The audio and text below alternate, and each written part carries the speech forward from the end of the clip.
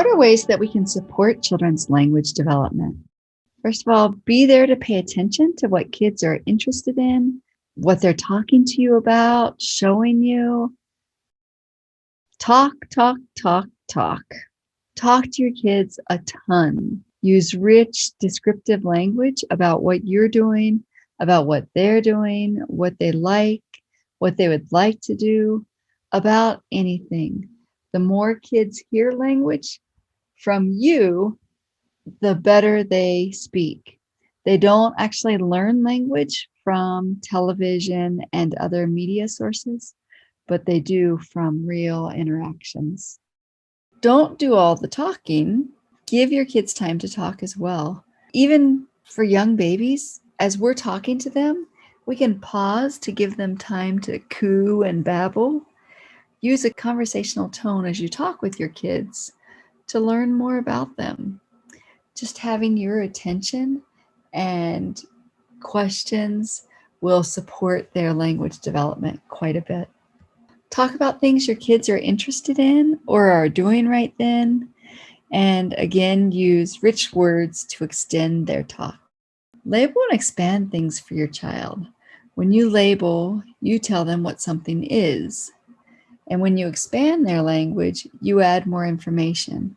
So if your child says something like, I like the dog, you might expand by saying something like, yes, I know you like this big brown dog with long hair.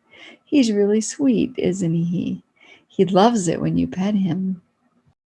When a child makes a mistake in their language, like I goed to the store, you can correct them without them even knowing you're correcting them by saying something like, yes, you went to the store with your daddy and he bought you a pair of yellow sandals for your feet. By doing this, you give your child correct language as you're just having a normal conversation with them. As they keep hearing it said correctly, they'll just correct their own mistake. Reading to your child or telling them stories during the day or as part of your nighttime routine helps children develop stronger language skills. If you read to your child, you might ask about what they see and what's happening in the pictures. Let them say words that are repeated throughout the book. Ask them what they think will happen next. Ask how the characters in the book are feeling. Make a connection between the book and their life, if appropriate. If your child has experienced trauma, as we continue to think about supporting their language, all the things that I've already said are really critical. And I'm going to add a few more. One is to take care of you, because it can be really hard to care for a child who's experienced trauma. Their behaviors can be really tough, and you want to be able to keep yourself calm so that you can support their recovery after trauma. And part of that is supporting them as they get through these difficult behaviors. Listen to your child's retelling the event. Empathize with your child. Like, that sounds like that really hurt. Tell them you're sorry it happened and let them know that you're there to keep them safe. Respect your child's fears and empathize with them. And again, reassure their safety.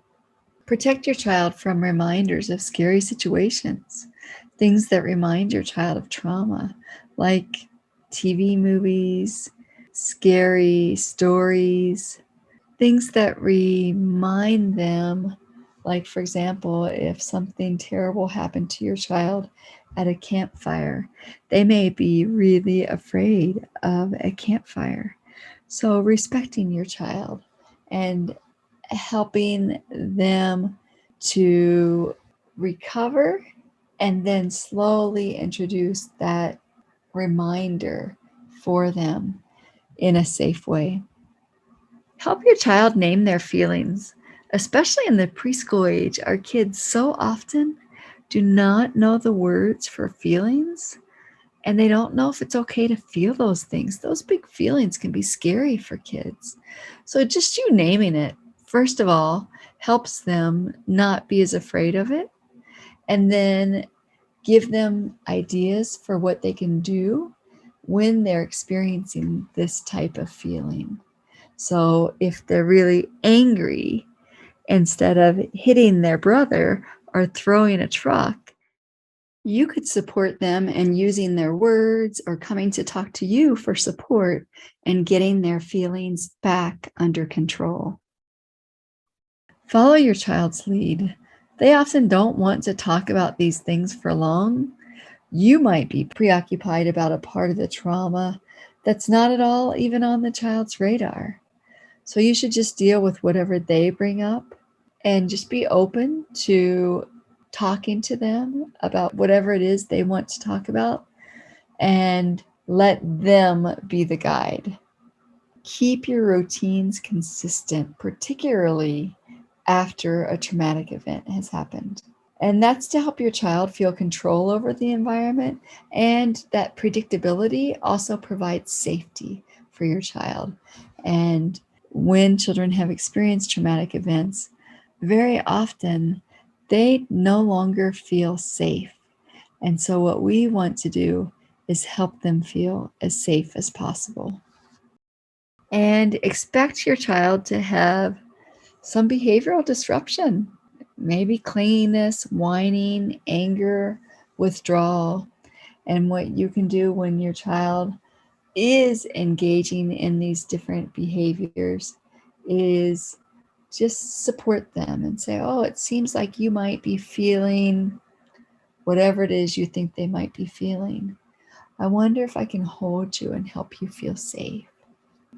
We really do want to realize that these big behaviors are very common reactions to trauma. And when they happen, what we can do is to support our kids to help them get through it.